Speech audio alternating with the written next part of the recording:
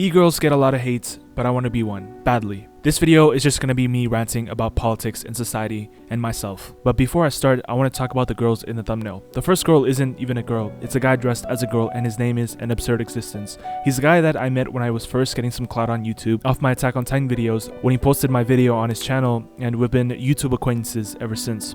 He posts MF Doom videos, which is completely different from my anime whatever videos, but randomly we found each other and connected on the internet, which I think is pretty poetic. It would not have happened 10-20 years ago. In his spare time, he goes live on Twitch and cross-dresses as girls on his stream. Tier 1 subs. Wow, this is such an exciting Twitch live stream.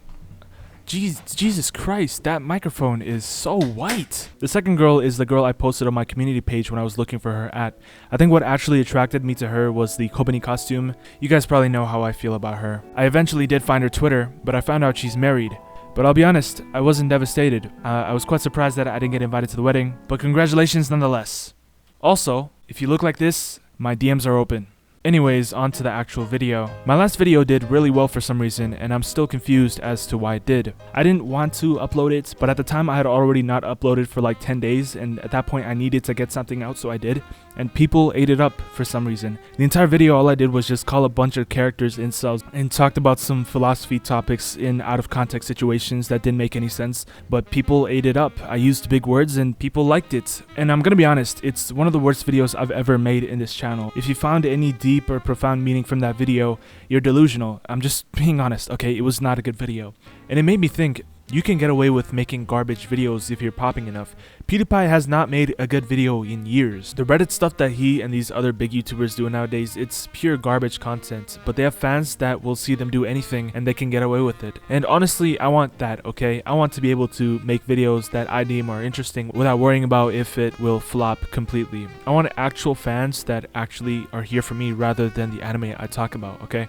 This is one of the reasons why I stopped making Attack on Titan videos so early on. I could have milked it brutally like some big racks, let the milk shake, but I didn't because I didn't care enough. I don't want to restrict myself because if I do that, it's a chore. And that's one of the reasons why I like e-girls. When I stroll on Twitch and I see a Peng Ting playing some Valorant, I look in awe, okay? This is the male gaze in me speaking. I don't even care what you say or what you do. I'm just absolutely taken away by your presence. You could literally be giving a dissertation on the cultural importance of astrology or a deconstruction on why Flock is a terrible character, and I would still be blown away by your face. That's just how it is. It's that simple.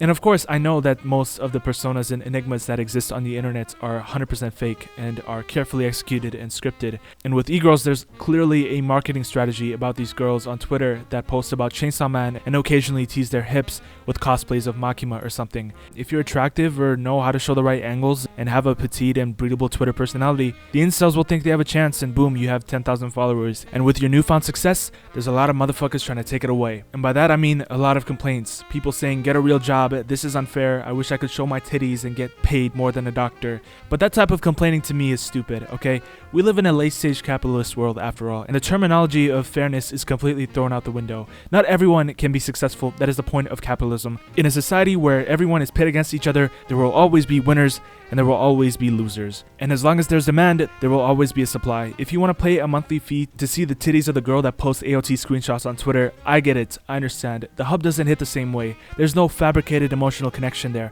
only shame. At least with e-girls, there's less shame because there's a personality behind it, whether it's real or fake.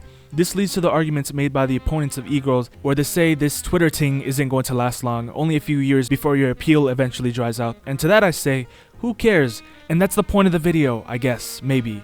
Ever since I was a jit, I've always wanted to be a movie director. 2 years ago to this day, I watched Parasite, and it has become my second favorite movie of all time, and its director, Bong Joon-ho, has become my favorite director of all time. And honestly, I want to make movies like that. I want to impact people in that way. But is making 6-minute dissertations on e-girls really the way to get to that level? Is anything I'm doing right now going to help me become a productive member of society in the future? I don't know. I don't know. I don't know.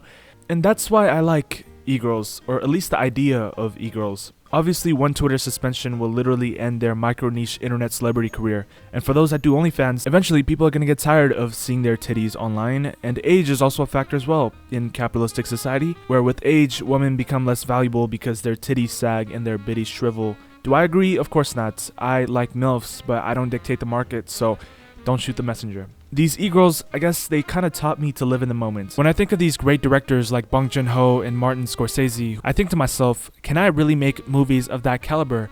Can I make good movies in the future?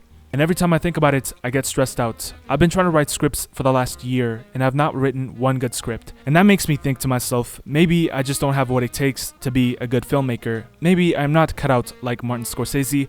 Maybe I'm not cut out like David Fincher. Maybe I'm not cut out like Lars von Trier. Maybe I'm just average. But then I log onto Twitch and on Twitter and see these e-girls. I'm gonna be honest, some of these girls are quite shameless, baiting their audience into gifting them subs, and these Kobani cosplays, they're the death of me. And that's why I want to be an e-girl, because to my understanding, they don't care at all. They post a couple of tip pics on the timeline and talk about the new Tokyo Revengers chapter when it drops, and everything is cool. They don't care about the future. Their only worry is now. It seems to me that none of them have a plan if they get suspended on Twitter or their OnlyFans isn't in the top 1% anymore. Because you know what plan never fails? No plan. And that's pretty much why I want to be an e-girl. I want to live in the present. I don't want to be thinking about the future. I don't want to think about if I'm wasting my youth on making dissertations on e-girls. I just need to put my head down and do the work. And maybe, eventually, things will work out. BG! Better! Just better! Just better at this game! I'm just better at this game! Oh my god! Oh my god! Just wow! Just wow!